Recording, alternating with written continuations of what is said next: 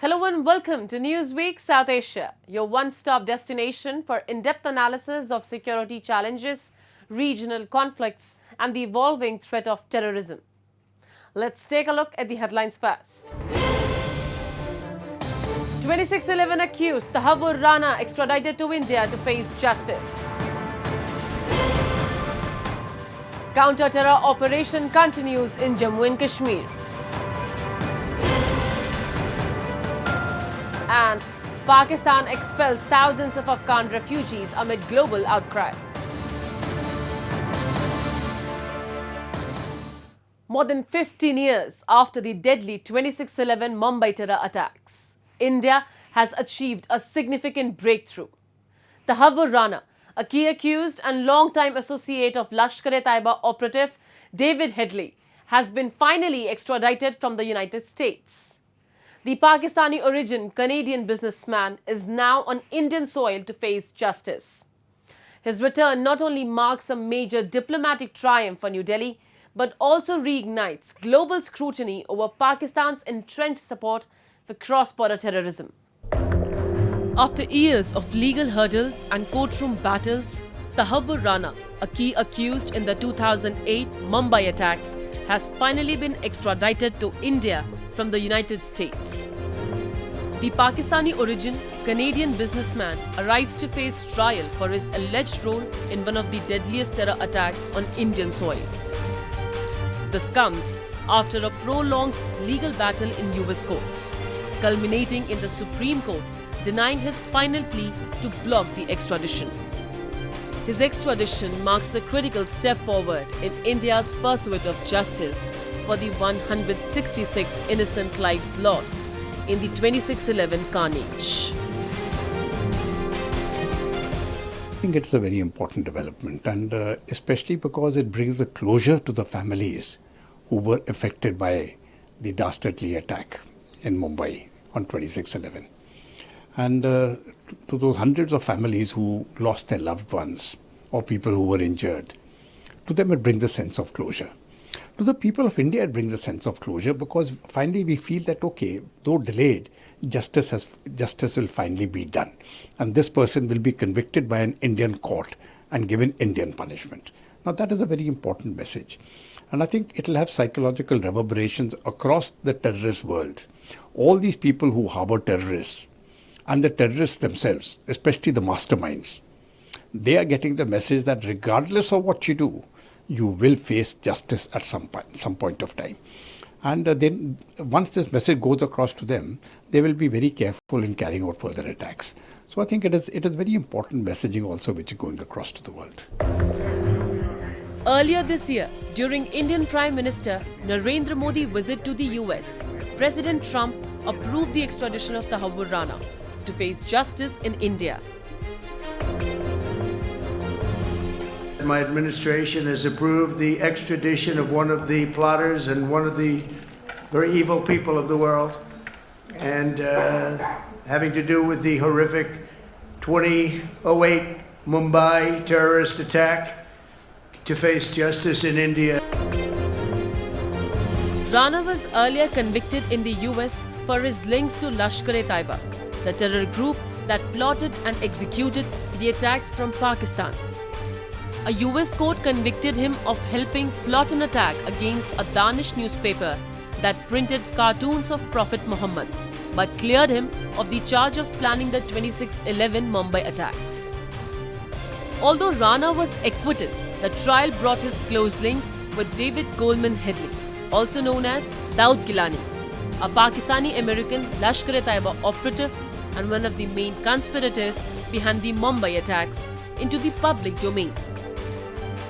Headley, who is serving a 35-year sentence in the United States, surveyed targets across Mumbai with Rana's logistical and financial support, posing as a businessman setting up a branch of his immigration consultancy. This cover allowed Headley to make multiple visits to India to scout targets like the Taj Mahal Palace Hotel, CST railway station and the Jewish Community Centre, Nariman House. Rana now faces trial under several sections of the Indian Penal Code, including criminal conspiracy, murder, waging war against India, and aiding terrorism. He is accused of committing war against India. He is accused of committing murder in India. He is accused of committing forgery in India because he used his immigration business as a cover to give David Headley the visa papers and his travels, etc. So Headley, when he did reconnaissance of the hotel and locations, he did it on behalf of his company, showing as a business reason for his visit to India. So he's accused of forgery. And lastly, but not the least, he's accused of terrorism. So in all of these cases, Indian courts will try him. The 26/11 Mumbai attacks remain one of the most horrific acts of terrorism in India's history. Over the course of 60 hours, 10 heavily armed terrorists from Pakistan-based Lashkar-e-Taiba targeted prominent locations in Mumbai. The attacks left 166 people dead and over 300 injured, sparking global outrage and exposing the scale of cross-border terror emanating from Pakistan. While the extradition of Tahawwur Rana marks a significant legal and diplomatic achievement for India, it also casts a renewed spotlight on Pakistan's continued support for terror networks.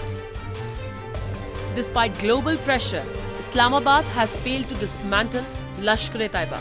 Its founder and the 26/11 mastermind, Hafiz Saeed, continues to live freely in Pakistan, despite being sanctioned by the United Nations and the United States. More than a decade after 26/11 in Mumbai, India has consistently raised concerns over Pakistan's unwillingness to act against terror outfits operating from its soil.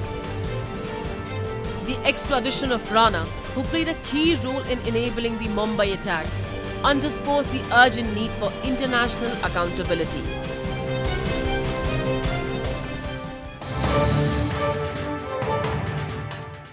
Let's now shift our focus to India's Jammu and Kashmir, once again facing the brunt of cross-border infiltration attempts. Terrorists from Pakistan are relentlessly trying to sneak in with arms and ammunition, aiming to carry out attacks and disrupt peace in the Union territory. In yet another chilling reminder of Pakistan's unending proxy war, a fierce encounter broke out in Udhampur district. Even as Indian security forces remain on high alert, Pakistan-backed terrorists continue their cowardly attempts to destabilize the region.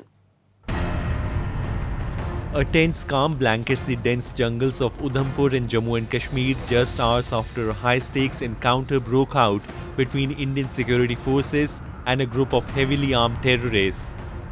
The gunfight, which lasted over 2 hours, marked the culmination of a 17-day-long intelligence-led tracking operation, following suspicious movements reported in the nearby Tahawwur district since March 24. Security forces in a well-coordinated joint operation swiftly retaliated to terrorist fire, managing to cordon off the jungle terrain and block all potential escape routes. Intelligence inputs suggest that 2 to 3 terrorists are still holed up in the thick foliage and combing operations are underway in full force. काफ़ी दुर्गम इलाका है, ऊंचे पहाड़ और नीचे उज नाला है और घने जंगल है इस इलाके में। तो इसी जंगल के बीच में 2 से 3 दहशतवादी छुपे होने की इतला है हमारे पास और इसी संदर्भ में जो है ये सर्च ऑपरेशन चल रहा है। जी नहीं, अभी सारी फोर्सेस के सारे जवान और सारे टीम मेंबर्स जो है बिल्कुल फिट एंड फाइन है और हमारा सारे फोर्सेस के साथ अच्छा कोऑर्डिनेशन चल रहा है। इलाका टफ है, डेंस है, अंधेरा भी हो रहा है, लेकिन फोर्सेस का मोराल हाई है और हमें उम्मीद है कि कामयाबी मिलेगी। शाम को लगभग 2 घंटों तक जो है हमें फायरिंग होती रही और जवाबी फायरिंग भी हम करते हैं। This is not an isolated incident. Just hours after the Udhampur encounter, another gun battle erupted in Chhatru forest of Kishtwar, another district vulnerable to Pakistani infiltration due to its challenging geography. Back on March 23, local villagers in Sanyal, a mere 5 kilometers from the border, spotted 5 suspicious armed individuals, a chilling early sign of what would unfold. The Kathua district has now become the latest hotspot for Pakistan-sponsored terrorism, emerging as a launchpad for militants infiltrating through porous border gaps and moving towards Udhampur, Doda and Kishtwar, clearly with the intention to disrupt peace in the Kashmir Valley. In 2024 alone, Jammu witnessed a surge in terror incidents, resulting in 44 deaths, including 18 brave security personnel and 13 terrorists. While Islamabad continues to parrot denials of involvement, the reality on the ground tells a different story. Terror camps supplying militants with training, arms, and ideological indoctrination. This latest string of encounters underscores Pakistan's refusal to abandon its decades-old strategy of bleeding India by 1,000 cuts. Even as India works towards stability and peace, Pakistan's deep state remains fixated on exporting terrorism. Pakistan does not like peace and tranquility in Jammu and Kashmir.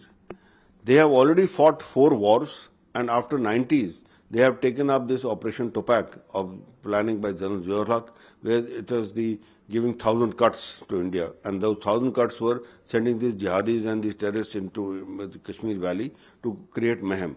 Now this also they have lost, because after Article 370 was abolished and abrogated, and Operation All Out conducted, people in the valley have realized that they were being made a fool of by the politicians from within also, and also Pakistan, the propaganda that was coming there. And that is why they came out in large numbers to vote. Now this, Pakistan is totally trying to do internationalization of this Kashmir issue through these terrorists, which they will not succeed. With fresh infiltration attempts and gunfights intensifying, the Indian Army has ramped up counter-terror operations across the region, especially in heavily forested areas that provide cover to terrorist cells. But India remains unyielding. Despite Pakistan's destabilizing agenda, Indian forces are resolute in their mission to defend every inch of the nation. With the Udhampur encounter zone still under surveillance, security personnel remain on high alert, determined to neutralize the threat and prevent civilian casualties. As Pakistan-backed terror outfits continue their sinister pursuits, India sends a strong message: terror will be met with steel, and every act of violence will be countered with unmatched resolve.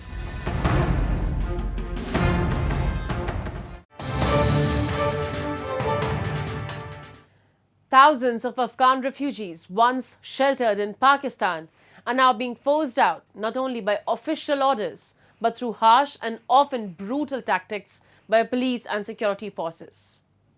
In what global rights groups are calling a deeply inhuman campaign, families are being evicted in the dead of night, detained without cause and torn apart.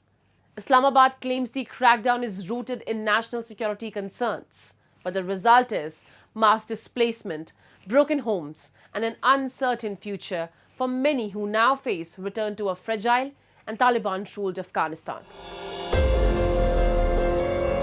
In one of the largest and most aggressive deportation campaigns in recent history, thousands of Afghan refugees are being expelled from Pakistan under a government-led repatriation drive that has triggered international outrage.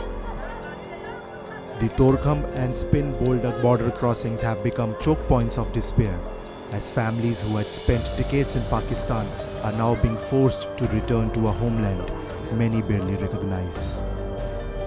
Rights groups are calling it a humanitarian crisis.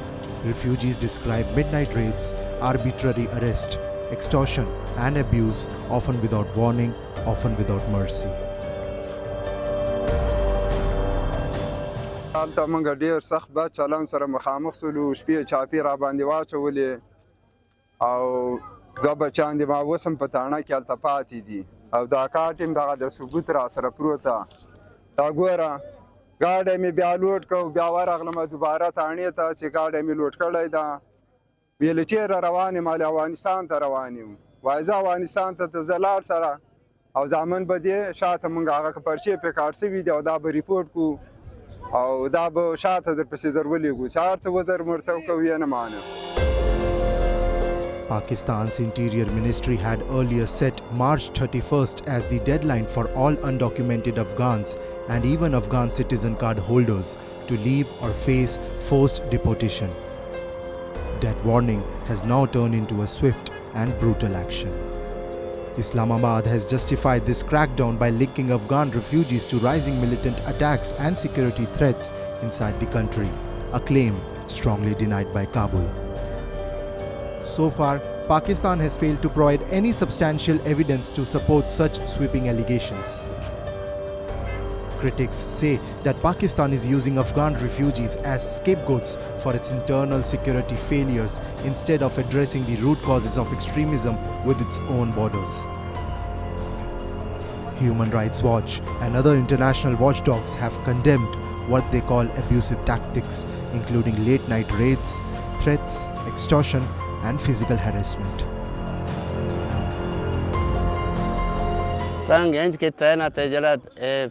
एक दो महीने जड़े हो गए ना कभी दो डाले पुलिस होंदा ते नाल सिविल डिफेंस होंदा ते सानू ये रोटियां से पता ही नहीं लगा भाई किस टाइम से रोटी खाता है ते किस टाइम नहीं खाना ते 24 घंटे साडा बुए ते पुलिस होना ते ईद दी दिहाड़ी ते सानू इतना तंग कीता कि ईद दी नमाज से नहीं पढ़िया ते यार 4 बजे तक मोला आखिरी टाइम दिता जड़ा सामान है वो आधा छाड़ दिता जड़ा पक्का हो गया 24 घंटे वेच वेक नहीं जाता ते जरा चीज है वो वेच चाट के ते आ गया. Even Eid, a sacred occasion marked by peace and celebration, become a day of terror.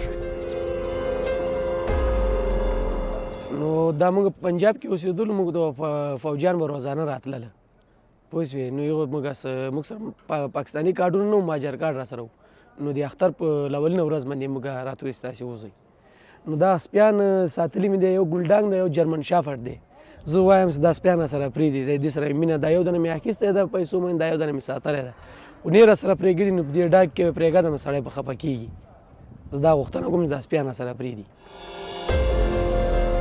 According to the UN's International Organization for Migration, over 8 lakh Afghans, both undocumented migrants and ACC holders, have crossed back into Afghanistan, and this is only the beginning. The Taliban government has appealed for a humane, coordinated process, but Islamabad appears determined to offload its Afghan population regardless of the human toll. اوس غوښتنه موږ دا لرو چې موږ راغلي سرپناه نه لرو جایداد نه لرو په دې باره کې موږ سره همکاري وکړي چې موږ ته یو سرپناه برابره شي یو جایداد برابر شي څه مځکې نمرې چېرته موږ ته راکړي په خپل ولایت کې نو ډېر مشکلات به سره اوس مخامخ یي. For many of these refugees returning to Afghanistan, a country grappling with economic ruin and instability means entering another phase of hardship. But between persecution in Pakistan and uncertainty back home, they had no choice. Since the start of Pakistan's repatriation campaign in 2023, more than 800,000 Afghans have been expelled. Yet Pakistan still hosts an estimated 2.8 million Afghan refugees, many of whom fled during the past decades of Soviet invasion, civil war, and Taliban repression. Among them are tens of thousands awaiting resettlement in the US and other Western nations following the collapse of the US-backed Afghan government in 2021. Pakistan's inhuman deportation drive has not only violated basic human rights, it has ripped families apart and inflicted deep psychological trauma on thousands who considered it a second home.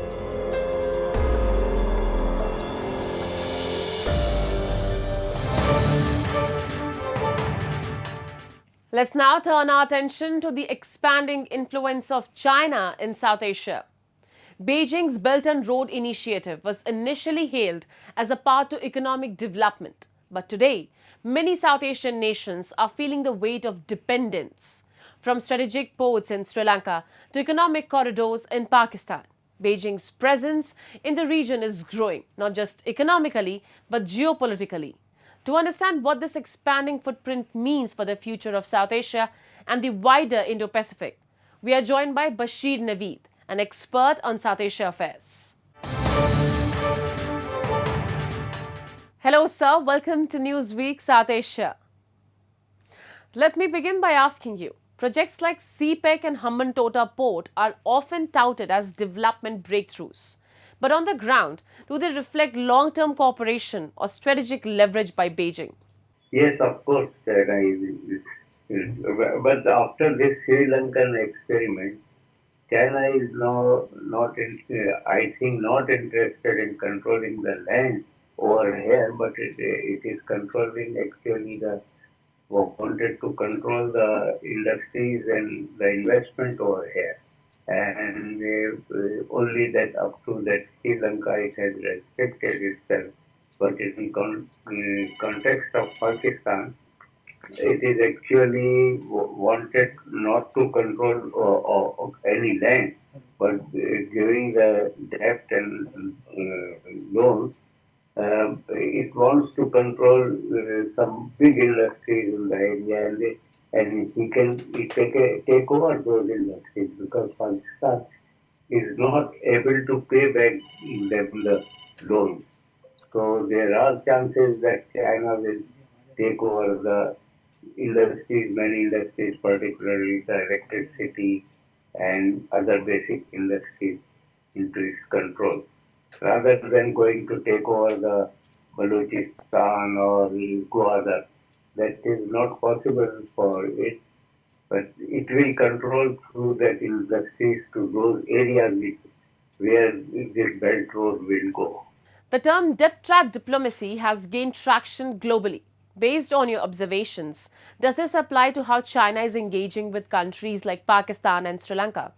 Yes, that trap is very strong one, and that really exists, and that's why actually China wanted to stop the other countries or the other powers to enter here. It wants to create some wall kind of thing against them, and it wants that all should be remain here and not take loans or debt from the other countries.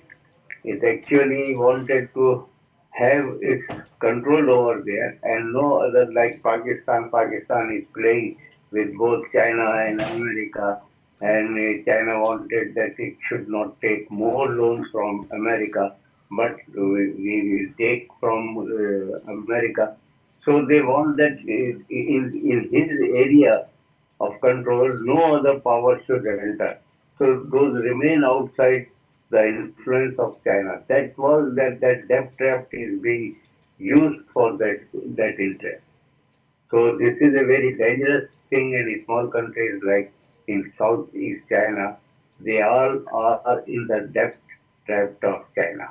How do China's activities in countries like Pakistan and Sri Lanka align with its broader strategy of power projection across the Indian Ocean and Indo-Pacific? Activities actually is increasing, increased by the China, and China has influence. And Pakistan and Sri Lanka cannot come out from the debt trap of China. It will remain. And that is that USA is trying to appease Pakistan and trying to take Pakistan control, but it's difficult to run away or to get out from the Chinese trap.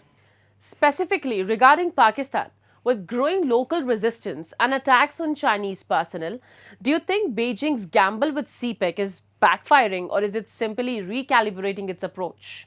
One can say that it is backfiring, that the CPEC cannot be completed, or it seems that it cannot be completed. The other factor is also the involvement of government of Pakistan. particularly the forces or you can say the military, that they don't want it to be completed. Looking at the resistance from the Balochistan or from other provinces, also from Sindh, there are some resistance movements in those areas. But the government of Pakistan is much interested to linger on this project to get the loans and debt from the China. And with that, we come to the end of this edition of Newsweek South Asia. We'll be back next week with more news, views and analysis of the subcontinent. Meanwhile, do keep writing to us at nwsa@anin.com. This is Shivangi Mishra signing off on behalf of the entire production team of Newsweek South Asia. Goodbye and take care.